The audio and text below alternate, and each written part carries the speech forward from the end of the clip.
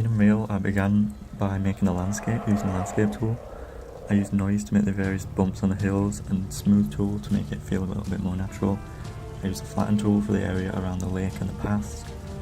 Then I added vegetation using the paint tool to paint trees, grass, some small plants into the scene. And I decided I wanted to make the scene a nighttime scene, so I quickly created the shape for a moon in 3ds Max. I cut half of it off, as you'll only ever see half in the scene. I then gave it a texture. I added the material to the moon within Unreal. Then I created an emissive material for the moon to create atmosphere around the moon. I used Unreal Skylight to move the sun underneath the map so that it was dark. I adjusted the atmosphere settings by using the skylight. I was able to add stars into the sky, as well as the moon glowing from that emissive material that I added to it. I then added fog in the distance to try and make the hills look fogged out, but up close you can still see in front of you, to try and add some realism to it and add atmosphere. I decided to add a leaves particle system to try and make it look like there are leaves falling down from within the trees. I adjusted the spawn, the size and the initial location to make them feel as though they're blowing in the wind. I gave them a 30-second lifetime so they would fall slowly, and at the end of that they would disappear. I also added an orbit to them and an initial rotation to make it look as though they were blowing in the wind and then there's a breeze going past. Then I created a second version of the leaf particle in which the leaves fall sideways. So for this I wanted the leaves to look as though they were falling at an angle rather than falling down, so they're blowing from the side. This way I could have them blowing from the top of the hills. So next I added a water plane for the lake area. I created a post-process volume for underneath the water. I added a blue tint, a vignette, short depth of field, so that when I go up to the grass it's clear, when I go further away it's very blurry. So when I'm outside the moon looks really bright, and when I go underneath everything dulls down. As well as this, I've added caustics, so as you can see underneath the water there's these little bits of light refracting the light. Blueprint, then you will see the RGB being channeled. There are only slight colour variation, and what it's doing is it's creating an offset of that colour which I can affect in the material whenever I want. I can change that and it will add those together to the emissive. Next I created a bubbles particle system, so as you can see there's these bubbles. As you can see what I've done here is I've created quite a high spawn rate of 50. I've then set the lifetime as a minimum of 5 and a maximum of 15 so that they're kind of randomised. I set this as a GPU sprite to prevent any lag, gave them various size, and also I adjusted the orbit to make them look as though they were floating around. I adjusted the size by life also. The reason for this was I wanted it to begin stretched and then squish into a perfect circle as they float up. So as you can see they start off kind of stretched and then the shape changes into a circle. Next I created waves underwater, so for this I created a material for the movement of water. I then added this as a blendable to my post-process volume, which is underneath the water, and I selected this material. What this means is it gives you this effect of it looking like the waves are moving under the water.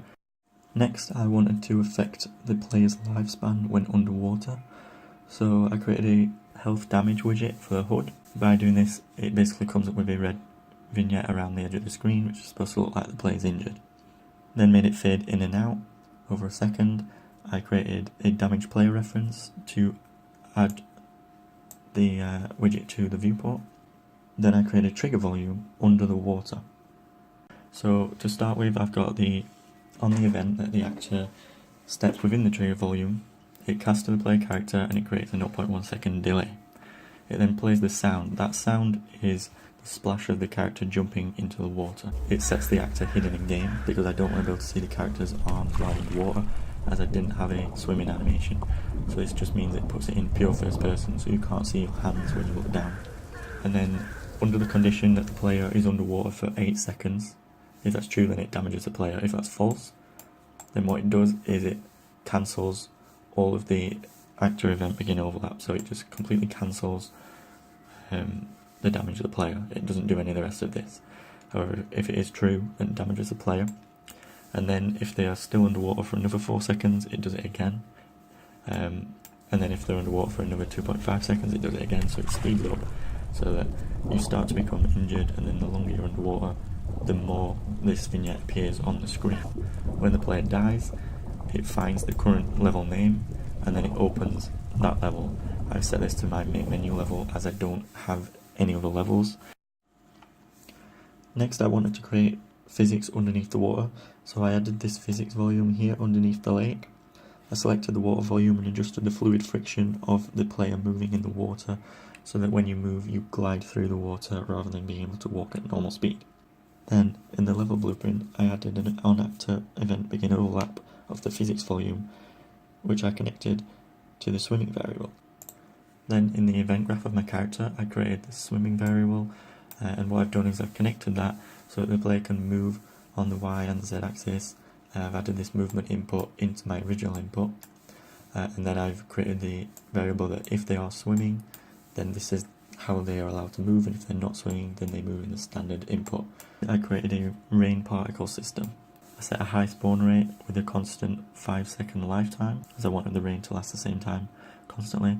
I set a slight blue tint with a white colour over life, so as the rain falls it goes from blue to white. I set constant acceleration to -900 so that it would constantly fall from 900. I added it for it to kill on collision with the scene, so as soon as it hits the floor, it destroys itself. Then what I did is the location that I set, I then copied over to another particle system, which was the rain hitting the floor. So to do this, I set this also up as a GPU sprite. I then basically copied the location from the bottom of the rain, so that from the same place that the rain hits the floor is where the rain ends. Next, I decided to make a menu. So this is the menu that I made. As you can see, when I click level select, it takes me there. I can choose the map. If I click one of the locked ones, it kicks me back to the menu. If I click exit, it will escape. If I click start, then it will take me to the first level.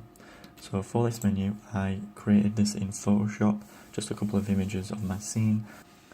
When you click start game, there's a 0.5 second delay. That's to allow to play the sound that I've added, and then it opens the level. For the exit game, it's the same. When you click that, there's a 0.6 second delay. That's for the sound I added again, and then it executes a console command, which is the exit button. When you click level select, all of the buttons on the first screen are hidden, and when you click on return, then it hides the opposite buttons. I also tried to create a vertex paint for puddles and wetness, so what I've tried to do is create 3 versions of the same material, one of the puddle with the rain splashing, one just a wet version without the rain, and one of it dry, and I've tried to connect these to the paint function. So if I go to paint, what I can do is I can select the area and I can actually paint the dry area, or I can change this. What this will let me do is it will let me paint dry areas on, and then when I click on the other one, I'll be able to paint on wet areas for the puddle. It's combining these 3 different materials, and it's working out whether or not it needs to adjust the roughness of these materials. Towards the end of the project, I began making cinematics using the level sequencer within Unreal. So I added 2 characters from Epic's Infinity Blade pack. I positioned the weapons in the characters' hands and made them a child of the characters. Then I added a camera to the cut track. So I've got shot 1 here. I did multiple shots. I duplicated shots and cut them to try and make different angles.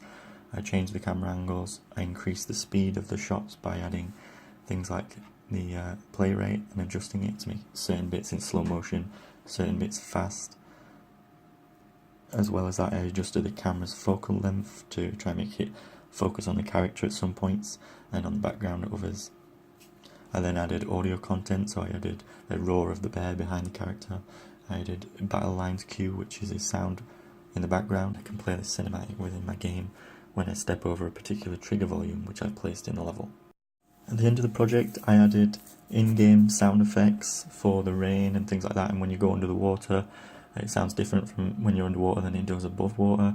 Come out of the water, there's the ambience of the outdoors, but when you go back in the water, the outdoors, you can't hear it anymore, it's muffled, and all you can hear is underwater, so that the sound changes depending on where the character is.